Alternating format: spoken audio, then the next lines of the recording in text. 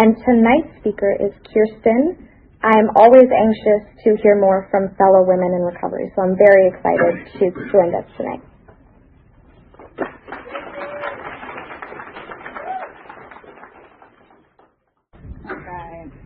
Hi y'all, I am Kristen, and I'm an alcoholic.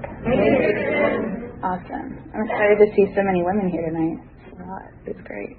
Alright, well, so I'll just get started. I will start with what it was like before. So I am like 13 months sober now. This stint of sobriety is my first time in any sort of program, first time going to AA, first time really, admitting I had a problem, and seeking any sort of help to get better. So I don't have a specific, time or incident where I remember, my first drink or my first experience where I realized that I really liked the way that alcohol made me feel, but it was definitely there from the beginning. I was, and still am, involved with horses and did that for, hobbies and as a living until my late 20s. But in my teenage years, that was kind of where, when we were at the barn, we could kind of get away with, drinking and that kind of thing. And it's also pretty, widely accepted in, horse stuff that people party pretty hard. Takes, a certain kind of crazy person to want to do that in the first place. So, we were getting into trouble, in my teenage years, but never in a way that detrimentally affected my life. It wasn't until I got to college and really I wasn't necessarily out on my own, but I had a lot more freedom, and I started, drugs are part of my story, so I started dabbling in drugs, in, psychedelics and ecstasy and stuff in college, and that was really awesome. I really liked that a lot. And so that's when things really changed for me, and it happened fast. It was it's very clear, cause and effect. I started doing this, and I stopped doing the things I was supposed to be doing. And it just became my whole life, and before I knew it, I was living in a house that backed onto the university's campus, but I wasn't enrolled in the university anymore. I was just a non-registered pharmacist, and I was successful at that, and it was great. It was really fun. I then moved on to dating a guy who was a lot older than me. He was, the age I am now, 35, and I was in my early 20s. And he was a big drug dealer, and we started going to a lot of shows together. We ended up moving in together. I'm 23, 24 at this time, and it became my whole life. Still doing horses, but also going to festivals and having to wake up really early in the morning after staying out into all hours of the night, and sometimes still under the effects the next morning trying to drive to work and take care of horses, which is really dangerous. It worked for a while until it didn't. It was eventually okay, I can't get up in the morning to take care of horses anymore, so I'm not going to do that anymore. And burned, all my bridges there, because that's what happens when you've got both your feet in something else, and it was just really bad, really embarrassing, really muddied my name, and things ended with this guy. Ended up moving into a house with some friends for college, and it was a party house, and that was fun too until it wasn't. And it was probably around this time when the arrests started. So I got arrested by an undercover cop at a soundtrack show in Alpharetta for trying to sell something to him. And they don't like it when you do that. I had a rule. It's like, if they're wearing sandals, they can't be a cop, right? Because they need to be able to run. And that worked. That was a really effective strategy for, like, you know, the first 10,000 times I did it, and then eventually it's not going to work. He was wearing sandals. It's not cool. Another guy chased me. He was so yeah. The ex-boyfriend who kind of introduced me to this whole world, I think, felt guilty, and so he was the one who bailed me out of jail, and that sort of rekindled a second try at a relationship with him, which is never good. So just kept up for a while, and really when things took a turn for me was when I moved here to Brookhaven, and I was working at a restaurant that's not here anymore, but it's called Kaleidoscope, and I could walk to work. I didn't have a car, and for the first year that I lived up in Brookhaven, I wasn't drinking, because the guy I lived with was admittedly an alcoholic and had decided to quit drinking. And so I didn't drink for like the first year that I was living up here. And him and I split up, and once he wasn't around anymore, I was like, okay, well, now I will just do what I want, and that was drinking. So working in the restaurant, it's super easy to it's harder to not drink than it was to drink. So 7 years later of being at this job, things had really, it was just bad. So most of the time that I worked there, I was living in this area, but my folks live in Newnan. So when COVID hit, I moved back to Newnan. I quit my job at the restaurant up here. I moved back to Newnan, and I got a job, like a temp job, working for a utilities services company. They go and do maintenance and repairs on power poles. And I worked from home. And when you work from home, you can drink as much as you want. Nobody knows, or at least you think nobody knows.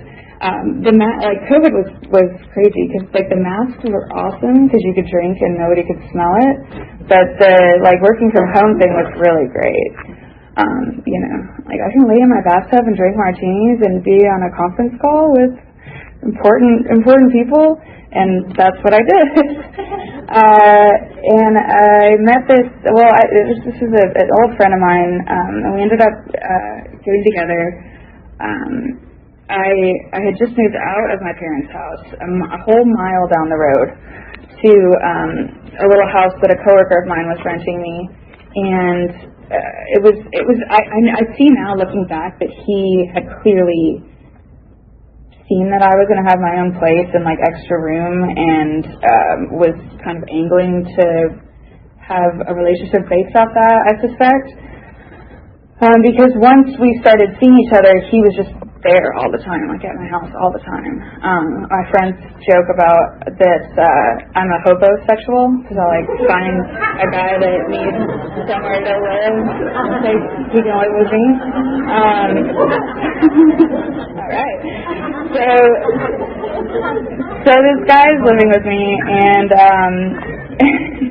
and he has his own, he's got his own parents' house. They're not living in it, but he could be in it. It was just a really crappy house, and he didn't want to be there. So he was at my house all the time. First 6 months or so, everything's okay. And then domestic violence became a part of my story. It happened once, and I ended things with him, and he was very persistent.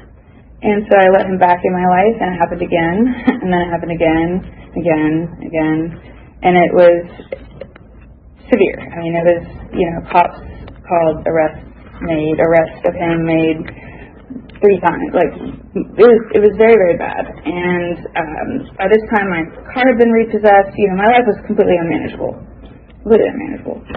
Car had been repossessed. I moved out of this house because I didn't want this guy to know where I was. I left like everything that I owned in this house. I just had no resources. I had no friends, because how could I? You know, your friends, if they're your true friends at least, I don't think they can sit by and watch you be in a relationship that's abusive. I've never looked at it from the outside in, so I don't know what it looks like, but I know what it looks like on the inside. And you know, it's just you're living like 1 second at a time. But I get out of this house, no car, 15-year-old dog tagging along, and I come up here because I've gone back to work at Kaleidoscope at this point, and I don't have anywhere to live. Can't keep track of a phone. I can't keep track of a debit card. Like, it was just complete insanity. So it took me about 3 or 4 months of just couch hopping, a lot of sleeping in the woods behind like restaurants where I could find like a safe place to kind of be, and then trying to like continue this facade that like I'm okay and go to work and like tie my dog up on the patio and leave her out there for my shift. And it was bad. It was not the bottom, but it was bad and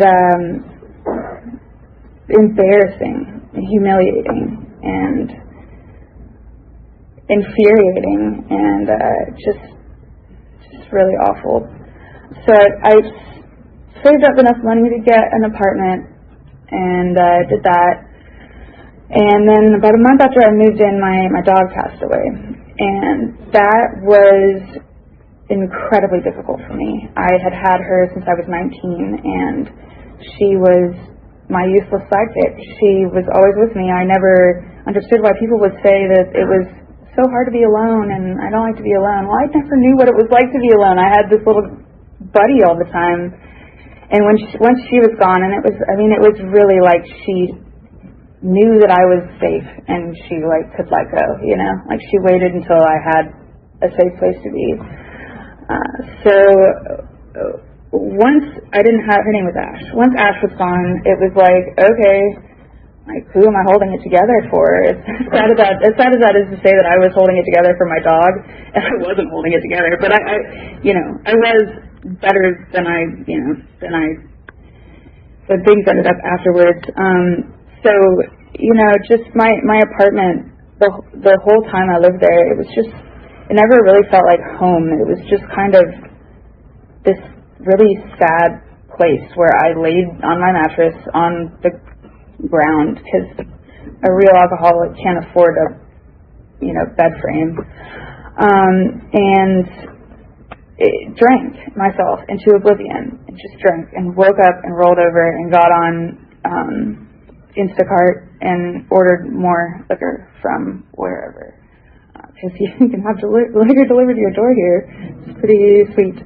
And it like the embarrassment of opening your front door at 9 o'clock on a Tuesday, and like doing the shaky-handed handoff with the DoorDash driver, trying to sign your name on their phone, saying you got your order. Like, it was just so humiliating, going to work and not being able to get anything beforehand, and trying to grab my drinks off the bar, and the bartender judging me,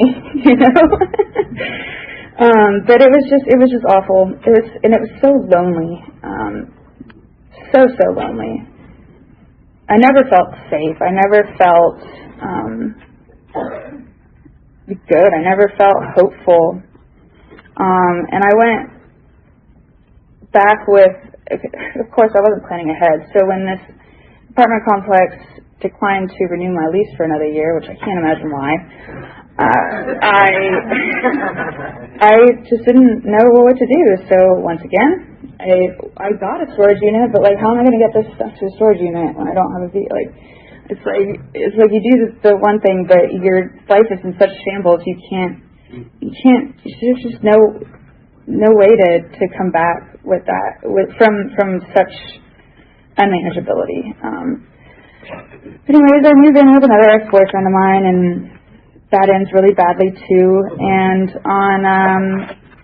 on December 3rd of 2023, I reached out to my parents and let them know that I was staying in a motel that the ex-boyfriend's mom had paid for because I didn't have any money, and he wouldn't let me back in the house. And was just absolutely shocked when my dad told me that if I was willing to go to a meeting, that I could move back in with them. I couldn't believe it. Like, I really did not have that in my, like, bingo card of things that were going to happen. And so they came and got me from the sketchiest motel. And my sober date is December 4th, 2023.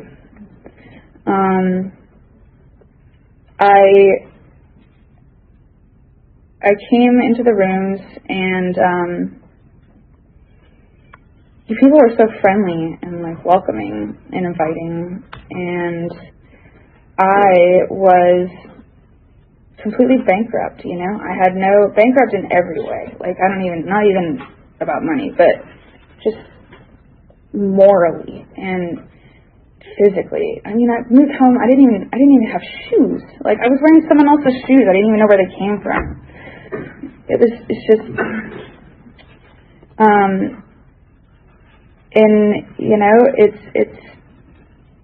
when we're completely bankrupt like this that we're able to, you know, surrender and start over. And that's what I did. I came into these rooms and I heard what y'all had to offer, and it sounded a lot better than what I had to offer myself. And I don't even want to say I decided to work this program. I think that, though I know that my higher power was already working for me, and that my higher power was responsible for my, you know, really gung-ho attitude when I came into these rooms. I worked it like a job. I got a big book and a 12 and 12 at my very first meeting. I got a sponsor pretty much right away, and I started working the steps with her. And it was so freeing to read the book and to feel like it was speaking to me. You know, like these people are speaking my language. These people know what this is. They know how hopeless this disease makes us.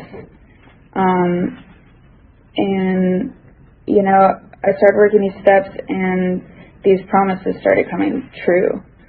I started losing the fear of the people around me. I started to be interested in the welfare of others and the welfare of myself.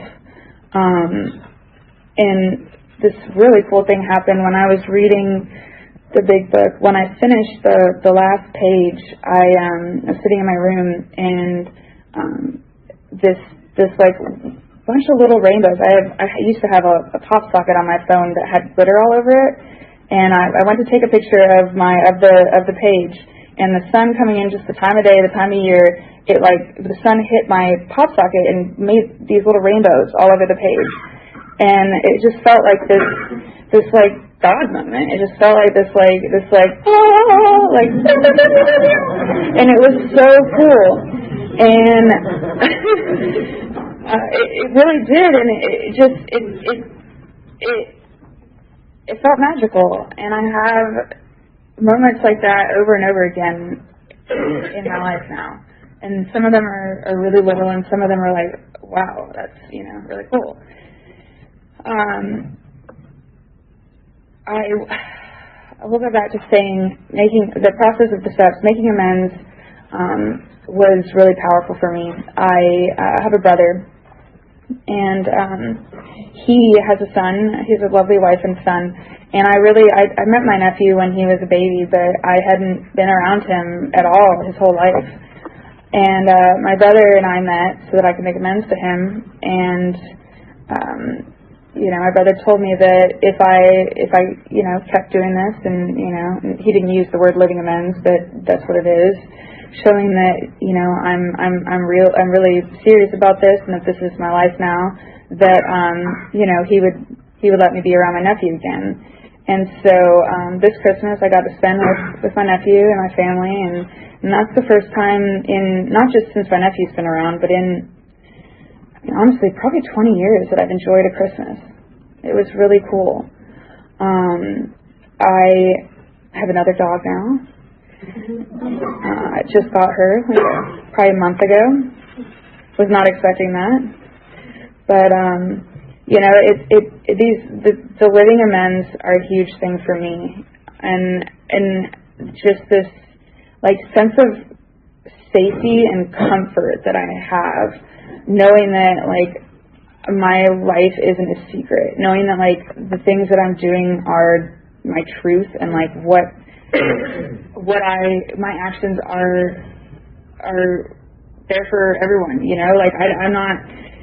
I'm not looking over my shoulder all the time. I had a moment yesterday where my dad came home. We share a vehicle, and he looked at me and he got real close. He was like, I noticed a smell in the truck, and immediately my heart just sank. I was like, a smell, because everything in my brain is like, oh my God, I'm about to get in trouble. And I'm like, wait, why would he know? He's like, I think it's antifreeze. I want you to be really careful when you're driving up to the city. And I'm like, yeah, Dad. Yeah. But yeah, it's just this freedom and comfort that comes in living an honest life. And I'll also say that for me the obsession was removed almost immediately when I came in. My parents used to keep their liquor locked up in a safe at home. They purchased a safe to keep the liquor in. The guns are out, the liquor's in the safe.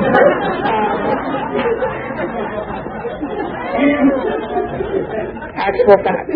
And so it was not even up to me. If I knew there was liquor in the house, I couldn't leave it be. There was no amount of willpower that could have stopped me. It was in just this incessant, it was like being schizophrenic. It was just this constant obsession. And I don't have that anymore, I just don't. It's just gone. And that is such a miracle, such a miracle.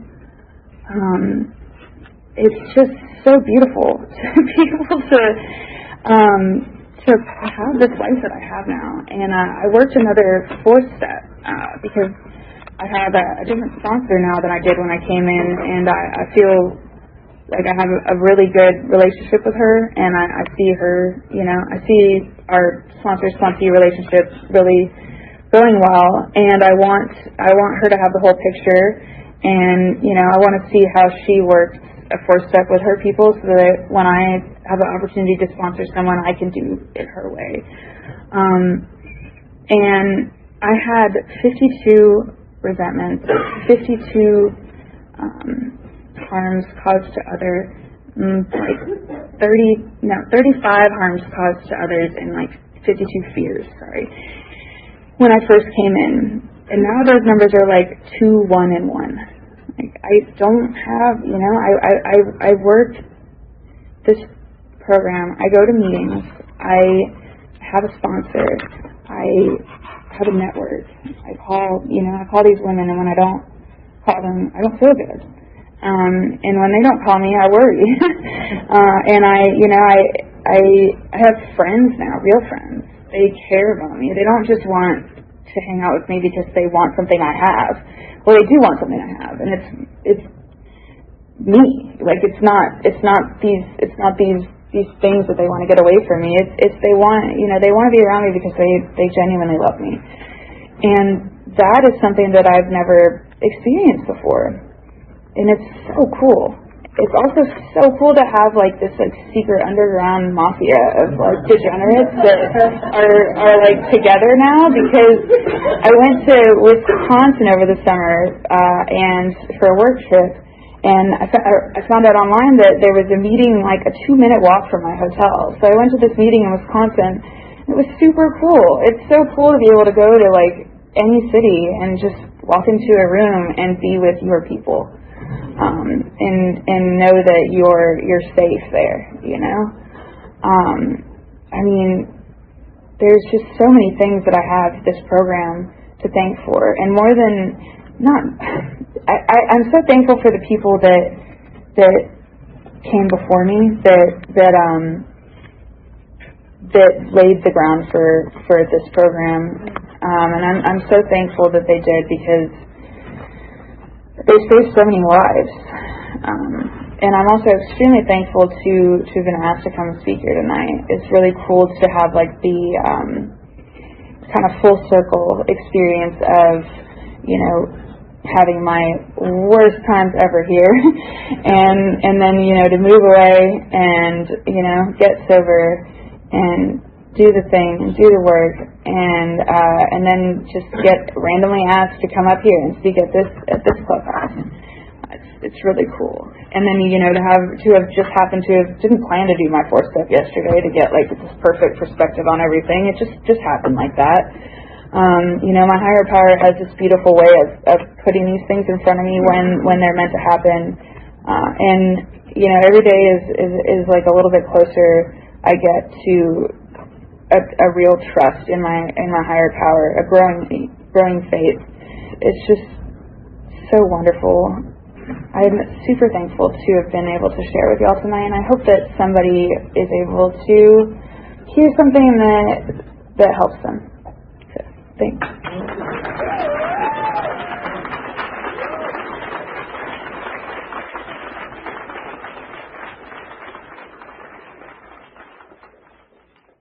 Thank God for bed frames, and thank you for sharing your first full circle moment with us.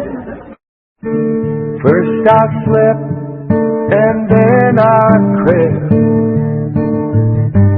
to a hope-filled dream. You rescued me, and finally, waking there I see. I look into love's window for a soul that's meant for me. Takes me where the promises are real.